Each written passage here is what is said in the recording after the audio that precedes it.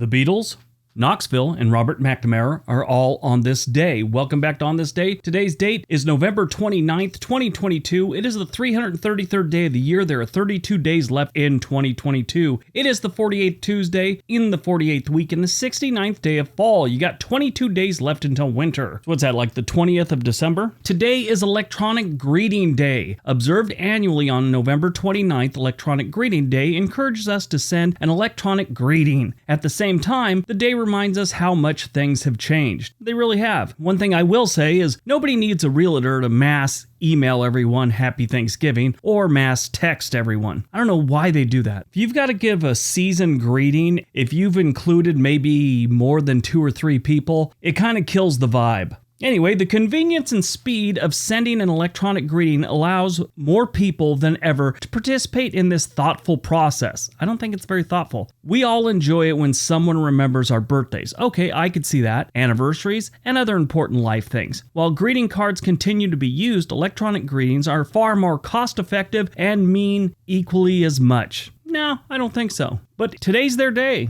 All right.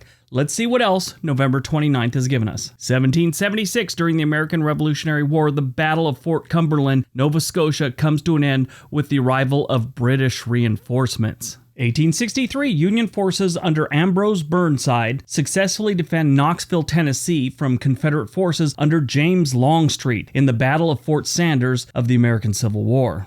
1864, the Confederate Army of Tennessee misses an opportunity to crush the Army of Ohio in the Battle of Spring Hill. 1872, the Modoc War begins with the Battle of Lost River. A lot of war stuff going on today. 1963, U.S. President Lyndon B. Johnson establishes the Warren Commission to investigate the assassination of President John F. Kennedy.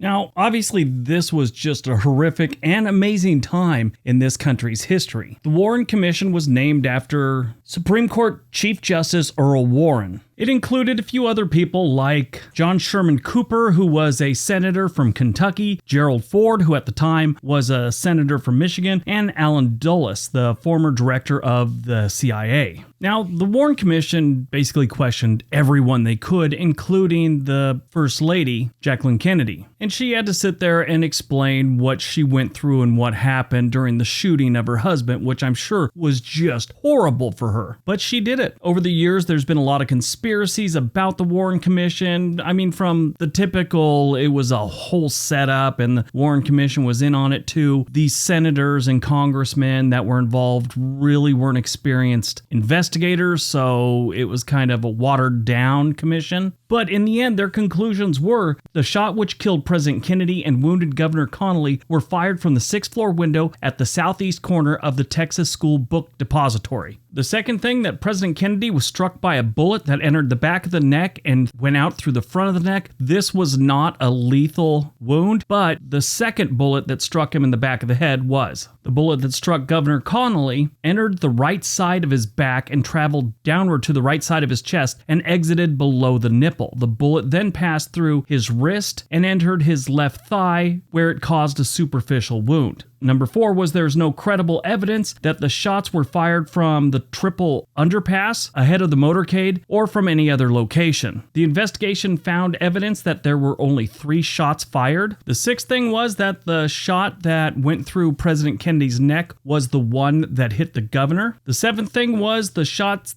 which killed President Kennedy and wounded Governor Connally were fired from Lee Harvey Oswald. Number 8 was Oswald killed Dallas policeman J.D. Tippit approximately 45 minutes after the assassination. The 9th conclusion was Ruby entered the basement of the Dallas Police Department and killed Lee Harvey Oswald, and there's no evidence to support the rumor that Jack Ruby may have been assisted by any member of the Dallas Police Department. The 10th finding was that the commission found no evidence that either Lee Harvey Oswald or Jack Ruby was part of a conspiracy, domestic or foreign, to assassinate President Kennedy. The 11th finding was that the commission found no evidence of conspiracy, subversion, or disloyalty to the U.S. government by any federal, state, or local official. The 12th finding was that the commission couldn't figure out why Lee Harvey Oswald did this. What were his motives? And the 13th finding was that there were serious lapses in presidential protection and they needed to be updated right away. I mean, one of the first things that happened was presidents can no longer drive in a convertible, things like that. I don't know. I think the Warren Commission actually created more questions than the general public had before the Warren Commission. And it's obvious the Warren Commission did nothing to stop conspiracy theories about this. 1967, U.S. Secretary of Defense Robert McNamara announces his resignation. Interesting man. He had a lot of people that hate him because of his politics and a bunch of other things that he did, especially when it comes to like the Vietnam War and things like that. But he had led a very interesting life. 1972, Atari releases Pong, the first commercially successful video game. At the time, we didn't even really call it a video game. It was a television game because it only hooked up to your TV. We didn't have computers at the time.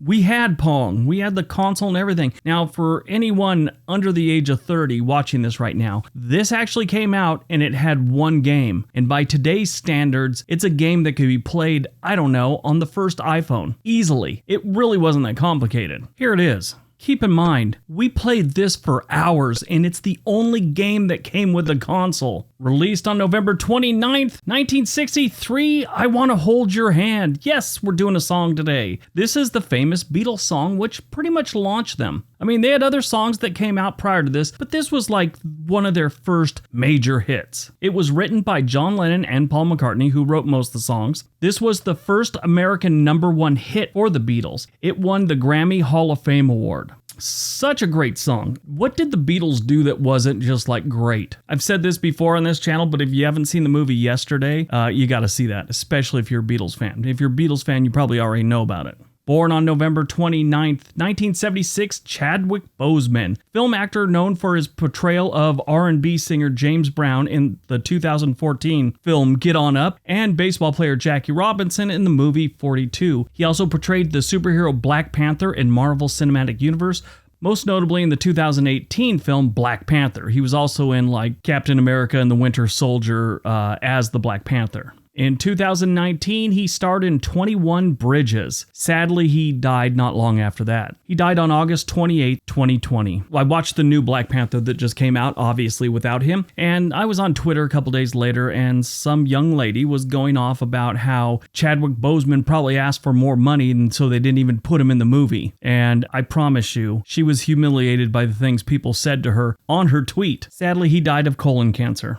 Died on November 29th, 2001, we lost George Harrison. Multi-instrumentalist, singer, and songwriter best known for his time with the Beatles, with whom he wrote well-known hits like Here Comes the Sun, Something, and While My Guitar Gently Weeps. He later founded the platinum-selling supergroup The Traveling Wilburys and had a successful solo career, highlighted by the 1970 triple album All Things Must Pass. When he auditioned for Paul McCartney and John Lennon to join the Beatles in 1958, he performed a song called Guitar Boogie Shuffle by Arthur Smith, and McCartney initially deemed him too young. He was only 15 years old, but Harrison eventually won him over. I did not know this till I started researching this, but in 1999, Harrison and his wife Olivia were attacked at their home in Friar Park by a man suffering from paranoid schizophrenia. He broke in and attacked Harrison with a kitchen knife, puncturing his lung and causing head injuries before his wife incapacitated the assailant by striking him repeatedly in the head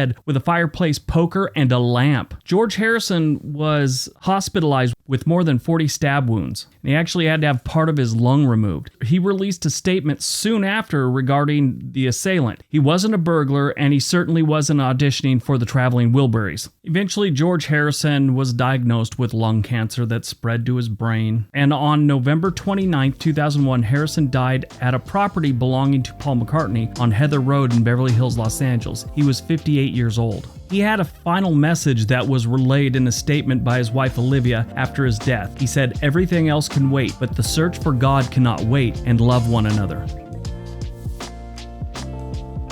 All right, that's today's video. Hope you guys enjoyed it. Hope you got some information out of it. Now go out, have a great day, and be nice to each other.